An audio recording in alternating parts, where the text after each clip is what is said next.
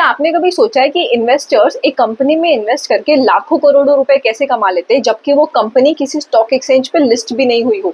तो आज मैं आपके साथ शेयर करूंगी the hidden world of unlisted shares. Unlisted shares buy कैसे कर सकते हैं, उसकी ट्रेडिंग कैसे होती है और अनलिस्टेड शेयर्स में इन्वेस्ट करने के फायदे क्या क्या होते हैं। तो इस वीडियो को हम 4 पार्ट में कवर करेंगे। सबसे पहले हम समझेंगे कि शेयर्स होते क्या है। सेकेंड, हम एकदम सिंपल लैंग्वेज में समझेंगे कि लिस्टेड शेयर्स क्या होते हैं। थर्ड, हम समझेंगे कि अनलिस्टेड शेयर्स क्या होते हैं और उसमें ट्रेडिंग कैसे की जाती है। एंड फोर्थ, हम समझेंगे कि अनलिस्टेड शेयर्स में इन्वेस्ट करने के बेनिफिट्स क्या क्या होते हैं। तो वीडियो को एंड तक देखिएगा। You never know, you can find your next big investment opportunity. Just as a refresher एक सेंटेंस में समझते हैं कि शेयर्स क्या होते हैं। शेयर्स एक इंस्ट्रूमेंट है जिससे हम किसी भी कंपनी में ओनरशिप बाय कर सकते हैं।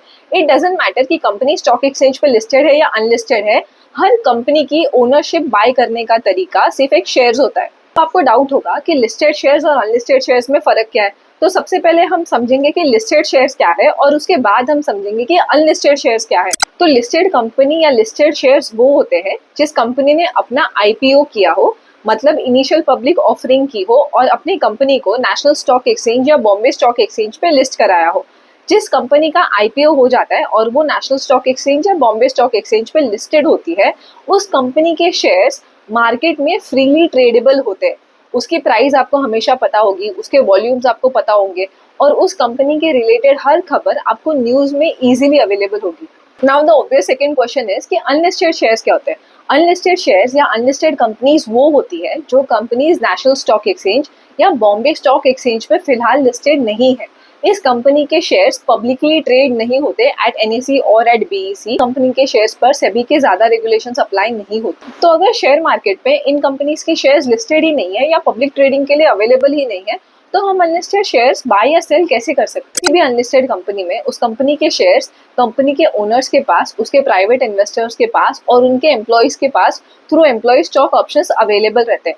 तो अगर इन्वेस्टर्स, एम्प्लॉयज या प्रमोटर्स को अपने शेयर्स बेचने होंगे तो वो क्या करते हैं, वो मार्केट में इंटरमीडियरीज या ब्रोकर ढूंढते हैं जिनको कन्विंस करते हैं कि देखो यार, हमारे कंपनी का आउटलुक बहुत अच्छा है, हमारी कंपनी बहुत प्रॉफिटेबल है, बिजनेस बहुत अच्छा है, तो आप प्लीज हमारे शेयर्स खरीद लो। ऑन दी अदर साइड, अगर ब्रोकर्स और इंटरमीडियरीज को खुद ही उस कंपनी में इंटरेस्ट हो और वो खुद कंपनी के बिजनेस में बिलीव करते हैं, तो वो कभी कभी खुद आके इन्वेस्टर्स, एम्प्लॉयज और प्रमोटर्स को अप्रोच करके कहते हैं कि लिसन, हम आपकी कंपनी के शेयर्स बाय करना चाहते हैं। एक बार ब्रोकर्स और इंटरमीडियरीज ये शेयर्स बाय कर लेते हैं तो वो अपने ऐप या वेबसाइट पर ये शेयर्स को लिस्ट करते हैं फॉर सेल।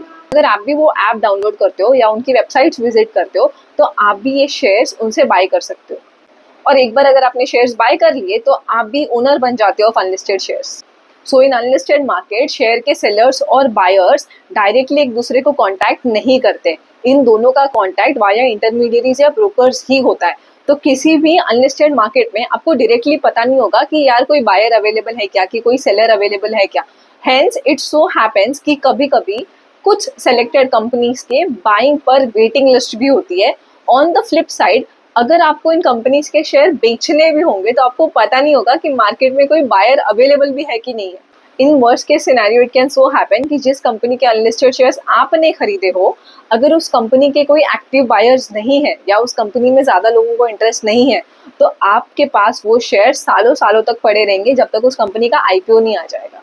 एक बात नोट करना बहुत जरूरी है, अनलिस्टेड शेयर्स पर सेबी के वो सारे रेगुलेशंस अप्लाई नहीं होते जो एक लिस्टेड शेयर ट्रेडिंग पर होते हैं। अनलिस्टेड मार्केट में ब्रोकर्स खुद डिसाइड करते हैं कि शेयर्स हमको कितने क्वांटिटी में बेचने। ब्रोकर्स अनऑफिशियली ये डिसाइड करते हैं कि किसी भी शेयर का प्राइस क्या होना चाहिए एंड दिस इज बेसिंग कि उसका लास्ट फंडिंग राउंड में वैल्यूएशन कितने रहे, कंपनी की फाइनेंशियल परफॉर्मेंस कैसी रही है, कंपनी के आईपीओ रूमर्स आ रहे हैं क्या एचएनआईज को उस कंपनी में इंटरेस्ट है, क्या इन्वेस्टर्स एग्जिट मांग रहे हैं उस कंपनी में से। इन सारे फैक्टर्स को डिसाइड करके ब्रोकर्स अनऑफिशियली कोट करते हैं कि एक कंपनी का अनलिस्टेड शेयर मार्केट में प्राइस कितना होना चाहिए। एक बात ध्यान रखने वाली ये है कि जब कभी आप डिसाइड करो कि आपको अनलिस्टेड शेयर्स बाय या सेल करने हैं, तो you should always do it via a broker और intermediary who is registered with SEBI.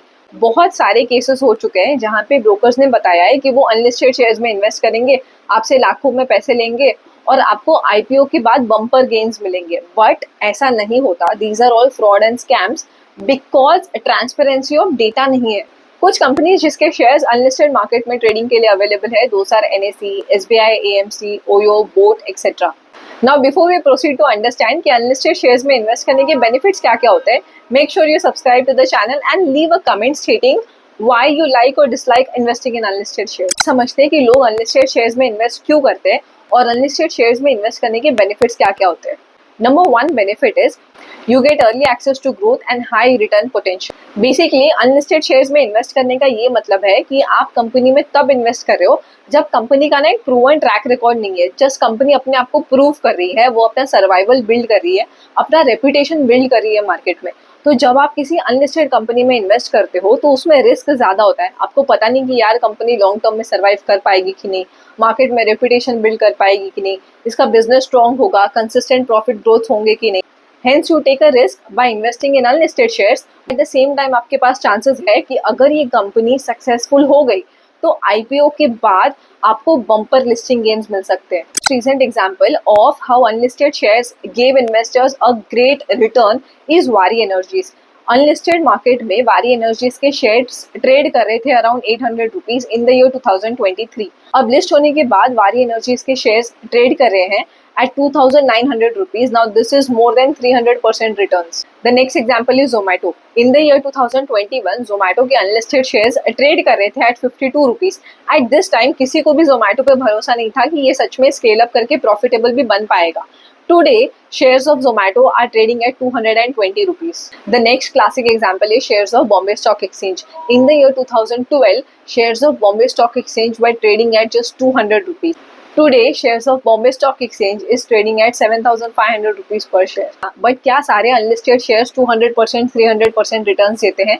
Actually not। You should watch this video I made on the dark truth of unlisted shares that you must know before you even try to invest in unlisted shares। Make sure to subscribe to the channel, like the video, share your thoughts in the comment below। Thank you for watching and I'll see you next time।